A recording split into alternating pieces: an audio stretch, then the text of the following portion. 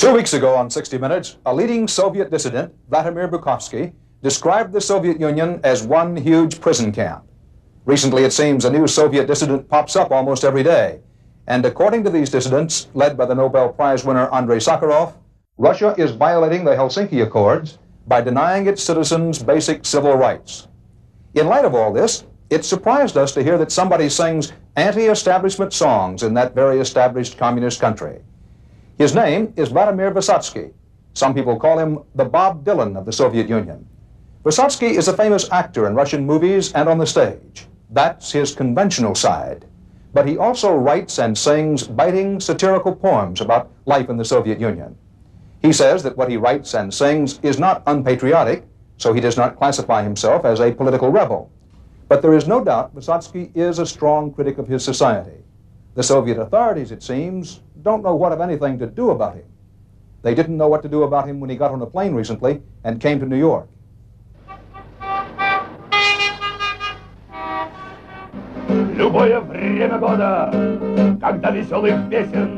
One of his strongest statements is a song called "Я не люблю," things I don't like, such as, I don't like cold cynicism, I don't like strangers reading my mail, I hate tattletales and slanderers, I don't like people being shot in the back or in the front.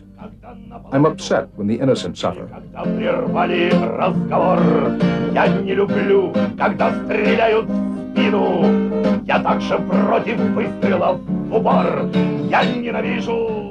All of these things I do not like. These things I will never like. In a way, Vyssotsky plays a dangerous game, but he seems confident that he'll get away with it. He's not defiant, but he's also not submissive.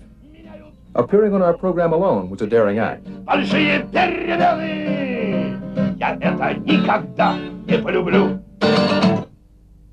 You like to describe yourself, I know, and your work, as protest, but not revolution.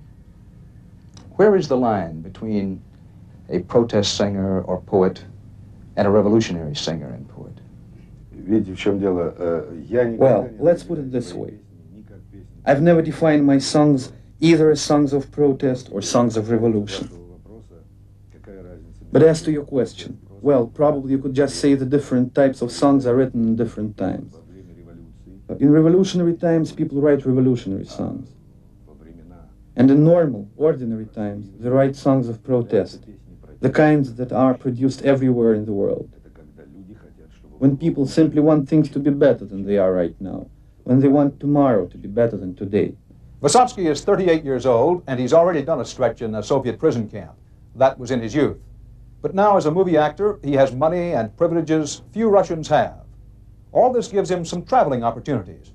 But he says when he gives an official performance in the Soviet Union, he has to go through a certain degree of curtailment of what he wants to perform. There are people whose job is to regulate what I do, whether I can sing these songs or others. The same is true of my recording. I wrote 600 songs, but I recorded only 20 of them. And how do you know how far you can go and where you have to stop?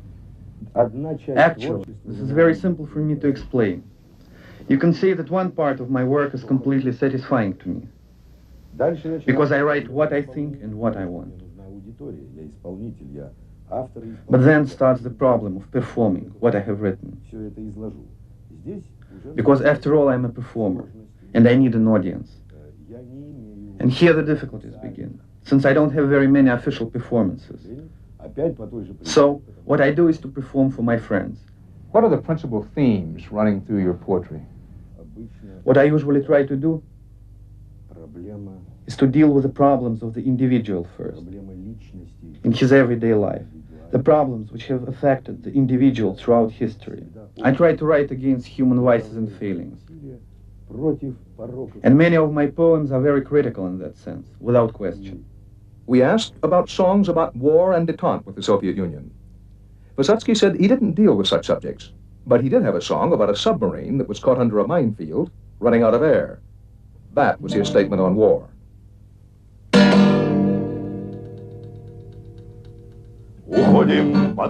We are submerging. нейтральной воде. in neutral waters. Мы можем погоду плевать на погоду, а если накроют, локаторы взвоют, а наши... But if we are discovered, it's all over. Спасите наши души, мы бредим от удушья. We are running out of air. Save us. Спешите к нам, Hurry. услышьте нас на суше. Listen to us. Наш СОС все глуше, глуше. Our SOS grows fainter and Режет fainter. души напополам и рвутся оры. Our lungs are bursting, but we can't surface. Там слева по борту, там справа по борту, там прямо по ходу, мешает проходу. We are blocked by mines, Смерть! death. Спасите наши души! Мы бредим от удушья! Спасите наши души! Спешите к нам! Услышьте нас на суше! Наш СОС все глуше, глуше! И ужас режет души напополам! Please, please, save us. Души, спасите наши души, спасите наши души. What is the goal, besides entertaining? What is it that you seek to accomplish with your music? Безусловно, я хочу. I want the public to give some thought to what I'm saying, Моя аудитория еще задумалась. and not just to relax and have a good time. Сидела, спокойно отдыхала. I want the public to feel a certain nervous tension. Напряжение в нервном. I want to impose my opinions and my art on the public. The audience has got to experience what I'm saying, so I want to put the public in the same state that I'm in. Actually, New York was just a stopover for Wysocki. He was headed for Montreal to record an album for a Canadian record company. He did that on the sly, without clearing it in advance with Soviet authorities. They had managed to block the release of an earlier album he had cut in France. I would think, perhaps I'm wrong, I would think that those who lead the Soviet Union might be a little wary of letting you out of the country. Are they not? I mean, do they not concern themselves with that? They're not worried about you at all? Ну почему? Ну что вы, я уже четвертый. No, why? I've left the Soviet Union already 4 or 5 times and always returned. It's even funny, because I think if I was that kind of person that they were afraid of letting out of the country, we'd be having quite a different interview than we are having now. I'm sitting quietly with you, asking me the questions you want to ask me, and I'm answering them calmly. I love my country, and I don't want to do it any harm, and I will not. We don't want to give the impression that Wysocki is always writing about things he hates or about doomed submarines. He does a number of patriotic songs that keep him in good graces with the Soviet authorities. And actually, much of the time, he simply pokes fun at small things, like the morning calisthenics they play on Moscow radio. They'll sober you up in the morning, he says, if you're still alive, that is. Выполняйте правильно движения, прочь влияние извне, привыкайте к новизне, вдох глубокий до изне, мажения. Очень вырос в целом мире грипповирус, 3-4, ширится, растет заболевание. Если хилый, сразу гроб, сохранить здоровье, чтоб, применяйте люди об тирания. We have no way of knowing whether the Soviet authorities are getting more lenient toward their critics.